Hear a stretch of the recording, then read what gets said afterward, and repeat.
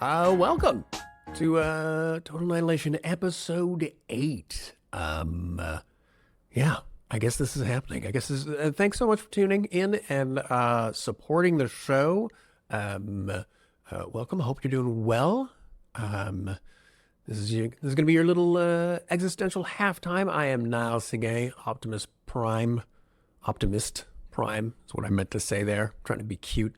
Yeah, in case you don't know, this is a little podcast. It's just a lot of good news, which I think a few of us might need and or appreciate. You know what? Let's just get to it. Let's get to the good news. Firstly, last year was a banner year for the eradication of diseases, and you probably didn't know that because racism. It's just. I'm not even gonna pretend. It's just racism, you guys. But here's an overview of the hits.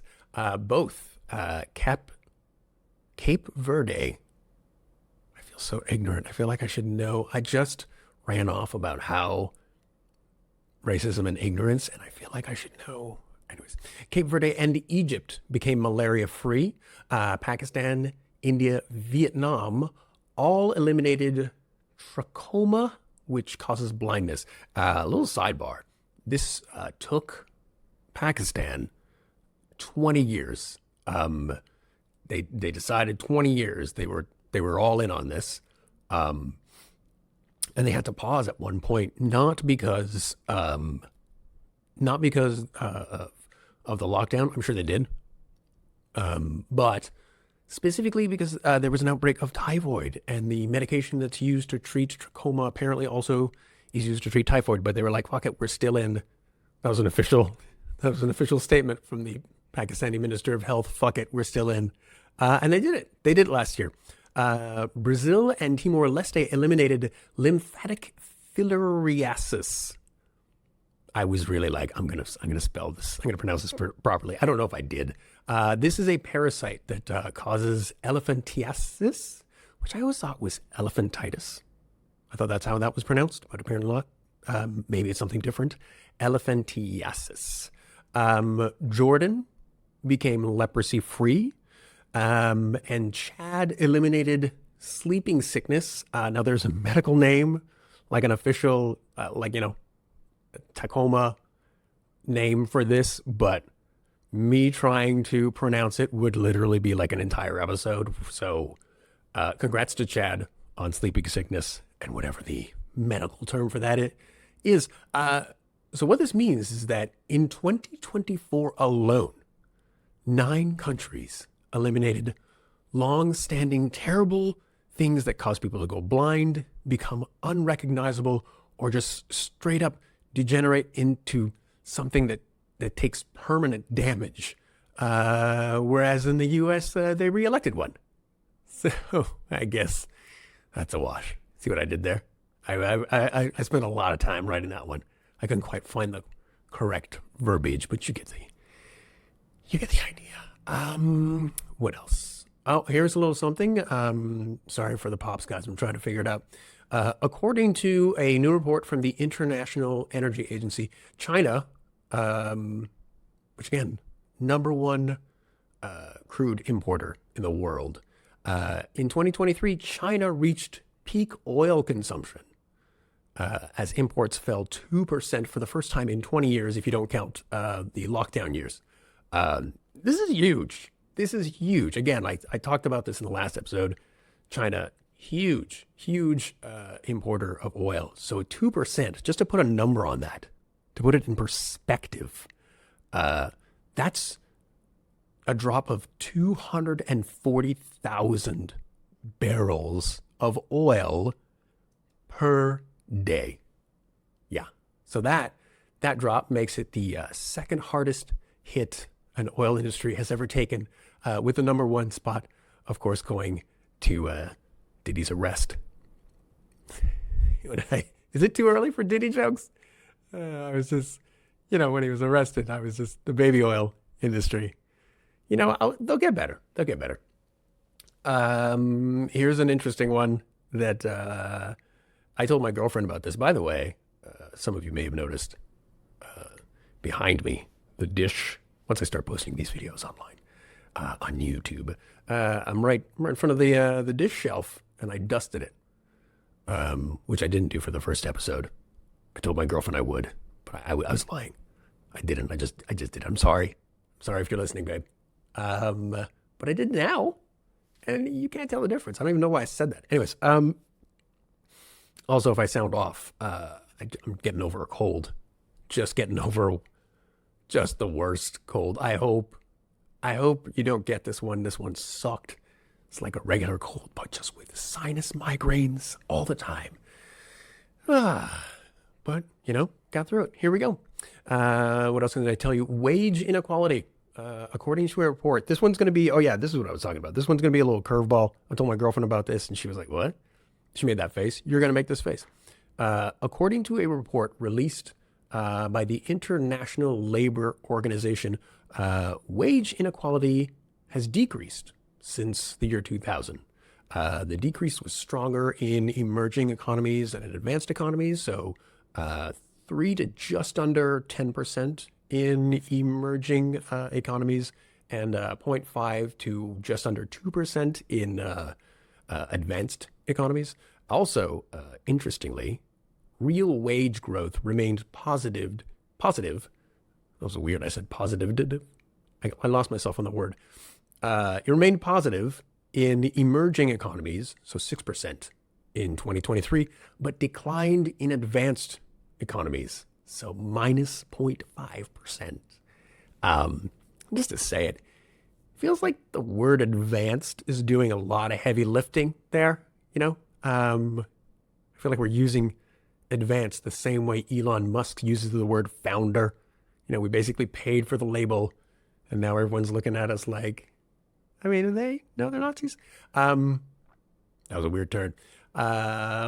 What else? Congrats to Cambodia on its water sanitation improvements. This one was nuts. They're all bonkers.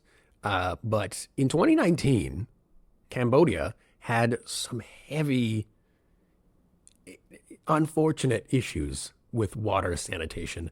Less than 65% of households had access to improved water, an improved water source. What that is just like a source designed to protect against contamination and all sorts of unfortunate nastiness. And as of 2024, that number is 87%. That's like 22. It's 22, but that's a huge increase in what is that, Nile? Come on, math. It's like 6 years. 6 years? You double your sorry, you didn't double it, but still, increase of 22%. That's nuts. I'm just going to skip this joke. I had another joke. We're just going to move on. But I do want to drill down on this because I think it's important. The reflex is you hear a story like this and you're like, oh, what a pleasant little story. But I think it's more than that. I think this, the story about all the stories about those countries that have managed to eliminate all of these terrible, terrible diseases. I find this is really important because, and you can call me cheesy if you want, but I think our best resource is a human resource. You know what I'm saying? Everything that you have, everything that you enjoy, was because of another person, right? Even if you're talking about natural resources, something like a pretty mountain or something like that, you probably know about that, or you got there because another human told you about it or developed some means of transportation to get there. And so my whole thing is the more people we can, save and then just get into the chat, so to speak, the more people we have, the more solutions we're going to get. I think this is my thought. And so all of these little news items, just, I really like them.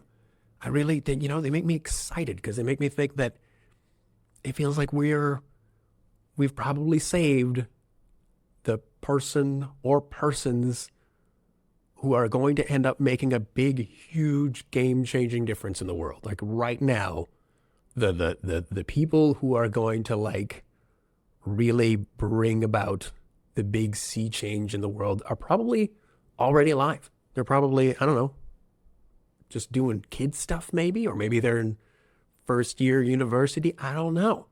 But I just think that's exciting. All of these little stories, I'm always like, oh, good. More people, more folks. Let's do it. What else can I tell you? A new paper in the journal Dialogues on Climate Change. God damn, that sounds dry, doesn't it? I mean, I'm sure it's fine if you're a climate change person, but dialogue, I guess maybe, maybe it's hard naming a climate journal. Maybe like all of the cool climate journal names have been taken. Like Maximum Climate. No, that one's probably already available, or still available, I should say. Anyway, so this paper in this journal, Jesus, what a milk run, suggests that although we are still on track to have like an average warming of like 2.7 degrees by the end of the century, by the end of the century, that is way less than the 4 to 5 degrees we expected just a decade ago.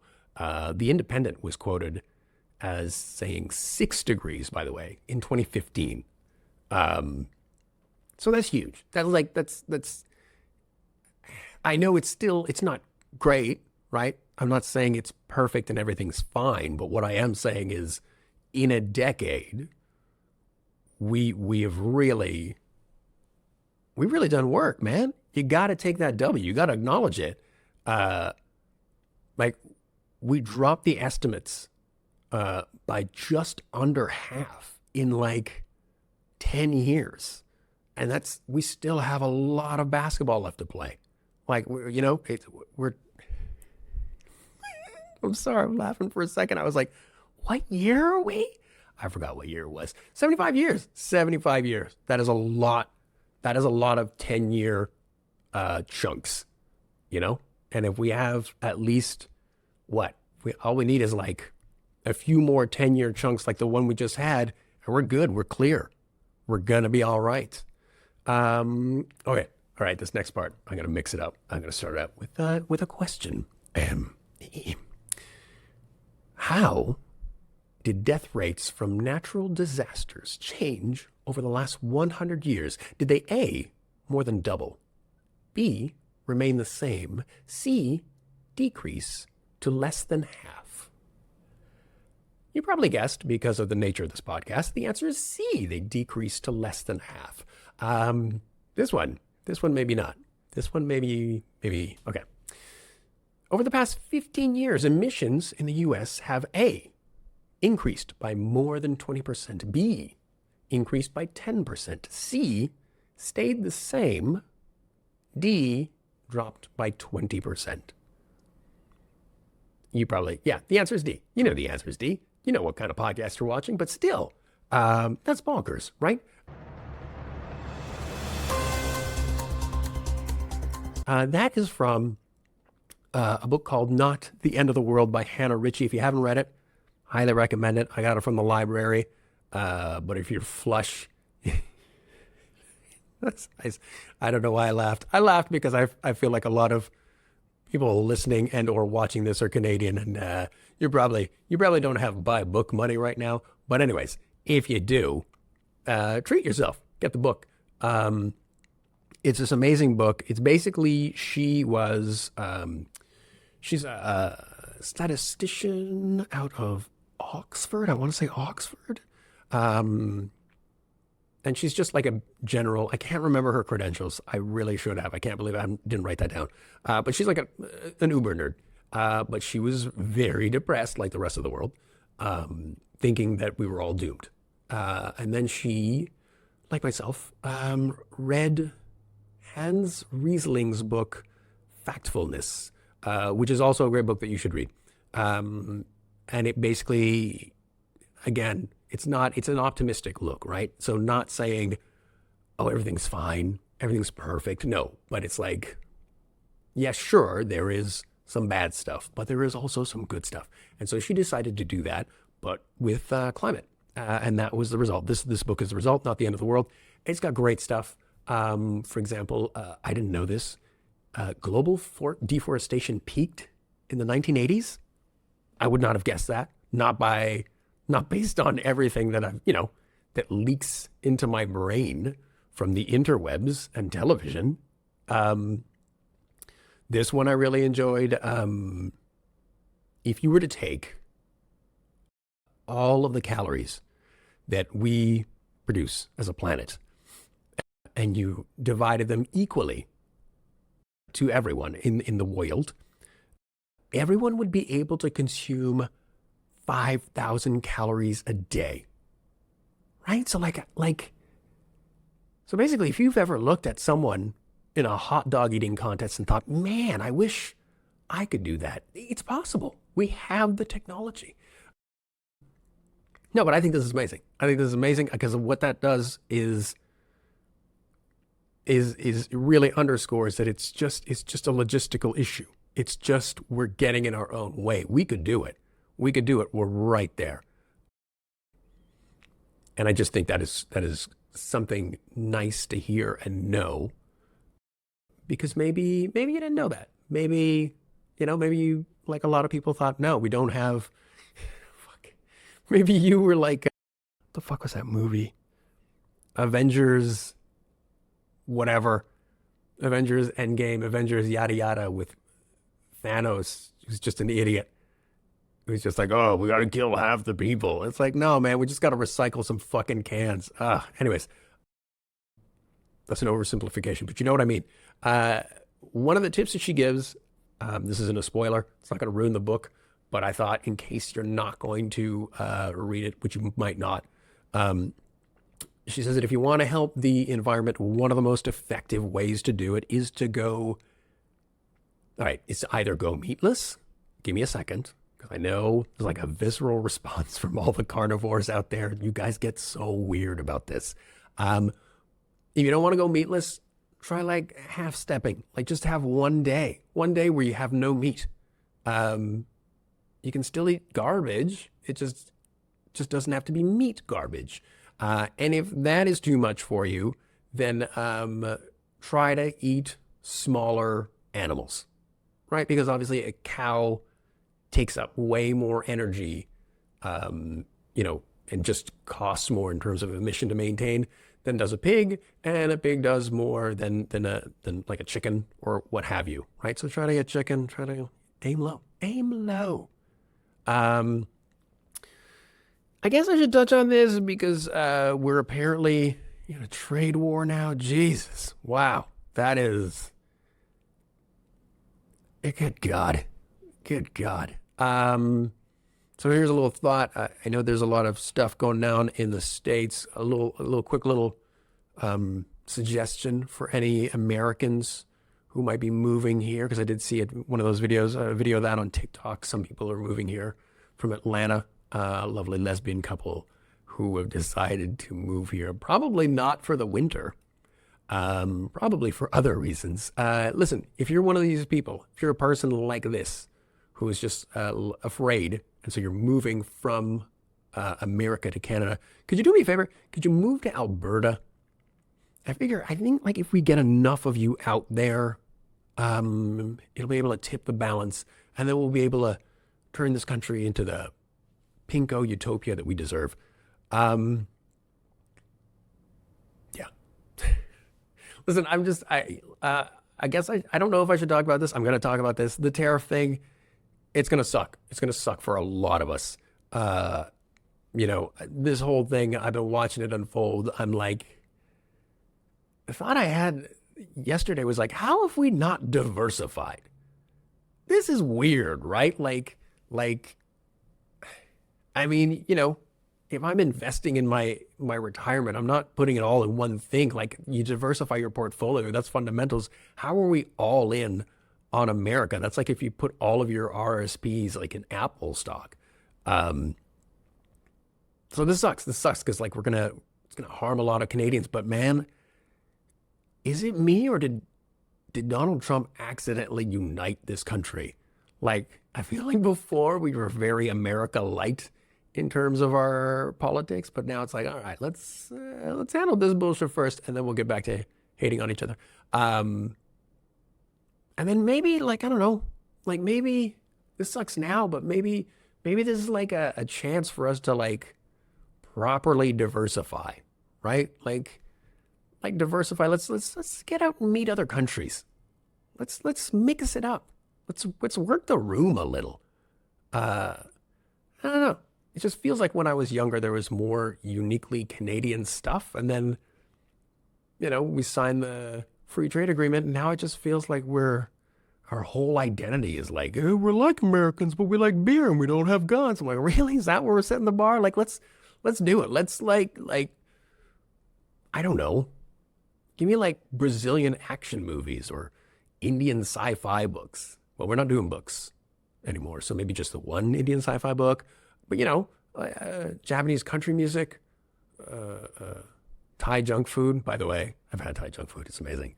Some Ethiopian architecture, Algerian funk, Nigerian horror books. Again, we're not doing books, maybe just the one. But like let's mix it up. Let's get out there so that it's not like, if we're gonna get punched in the face, then at least give me something different, something that's not American. Let's go full mosaic. We're supposed to be doing the cultural mosaic. Let's do it. Let's go to every little culture across the world and just Voltron it. Just pick all of the parts that we like, and then see what we come up with. I think it'll be fun.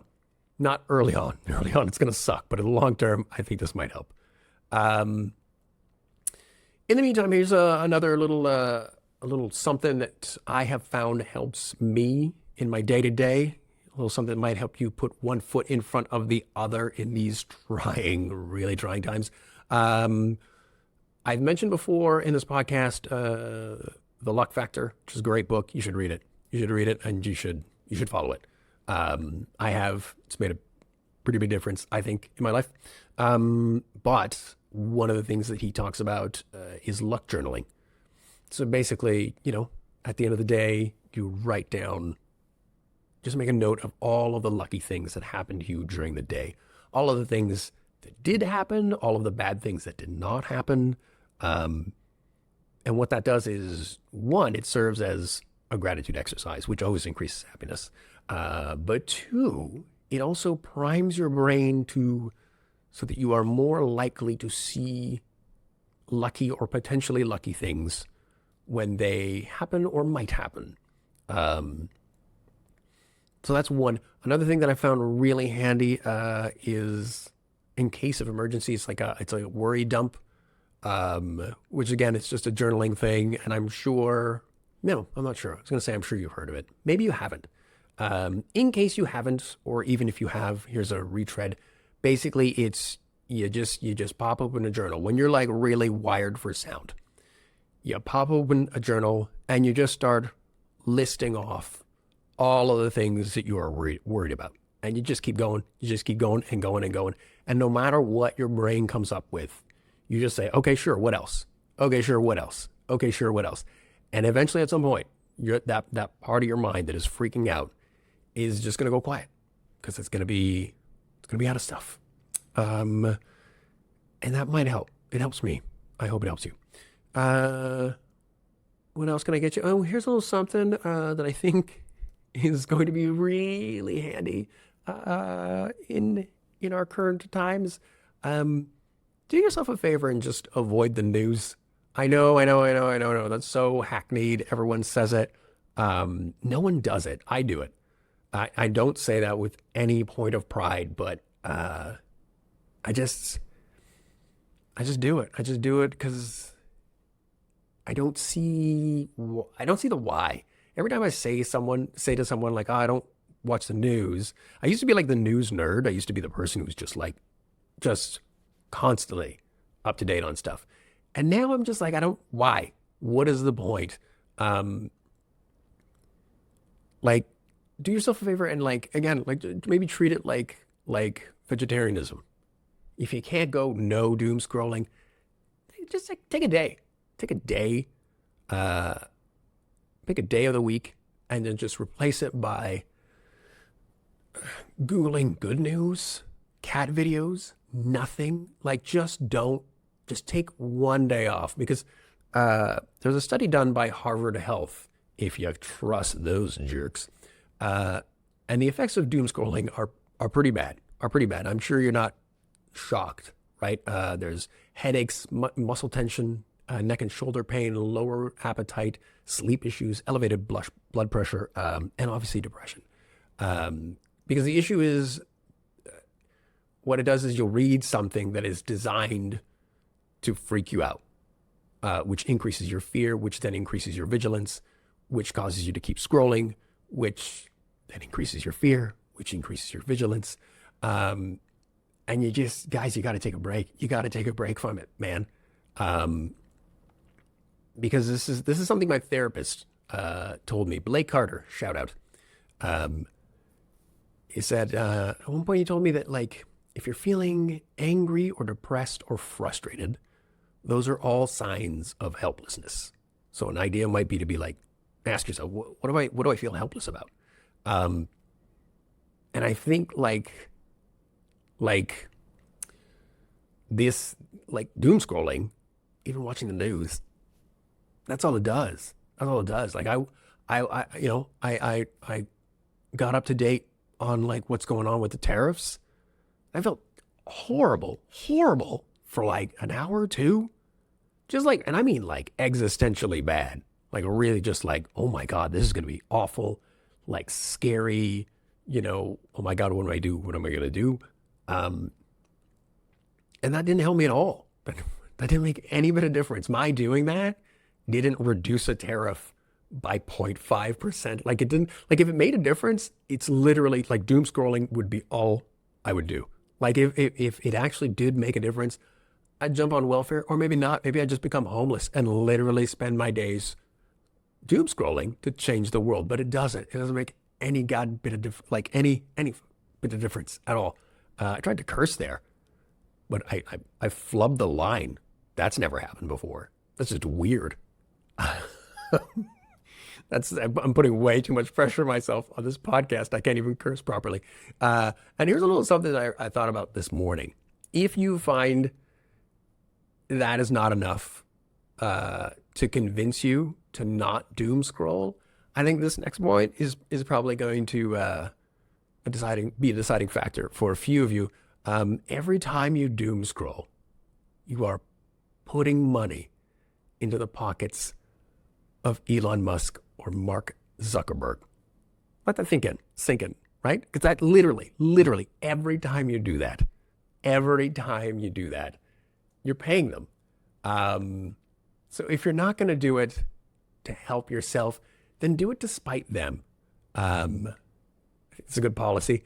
What else can I tell you? Here's a little something before we go. I found this handy if you are struggling with perfectionism. I think a lot of us do. Clearly, I don't, as you've heard from this podcast. But it's good. It's good. You stop being a perfectionist. Now you actually get stuff done. Here's the thing. So, I found this video on YouTube by a dude named Truthless. STR.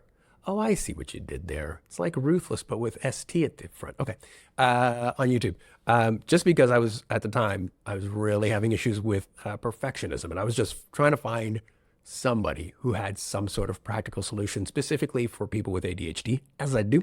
As you probably guessed at this point. And if you haven't, maybe you have ADHD. One of the things, his policy that he came up with was aim for 70%. And I just love that. I'm like, great. That is amazing. It doesn't have to be 70%. You can aim for 80% or whatever non-100% number you are comfortable with, but that gets you there. That gets you to the point where now the pressure's off. It doesn't have to be perfect. It just has to be like not terrible, which is the informal slogan of this podcast. That's it, man. I hope this has not been terrible for you. I hope that maybe this has helped you feel a little better, a little more optimistic about the world. Please rate and review the podcast if you can. I have another podcast, which is another existential chaser called Comedians in Dungeons Getting Dragons. That comes out next week. The next episode will come out next week. It's me playing Dungeons and Dragons with a bunch of comedians who are super hilarious, and it's just dumb. It's dumb and silly, and a good belly laugh most of the time. You can follow me on pretty much all of the things at Nile Sige. And if you're flush, feel free to donate to my Buy Me a Coffee page. And if you have any thoughts, suggestions, things you want to tell me about, heckling, you can, if you're watching this on YouTube, feel free to comment, like, subscribe. But if not, if you're listening to this on the old podcast machines, I wanted to make that sound as old-timey as possible, and I think I fucking nailed it. Email me at totalnihilation@gmail.com. And that is it for this week. Just remember, if you cannot be a shining example, be a terrifying warning. That's it, everybody. Let's go on 3. 1, 2, 3.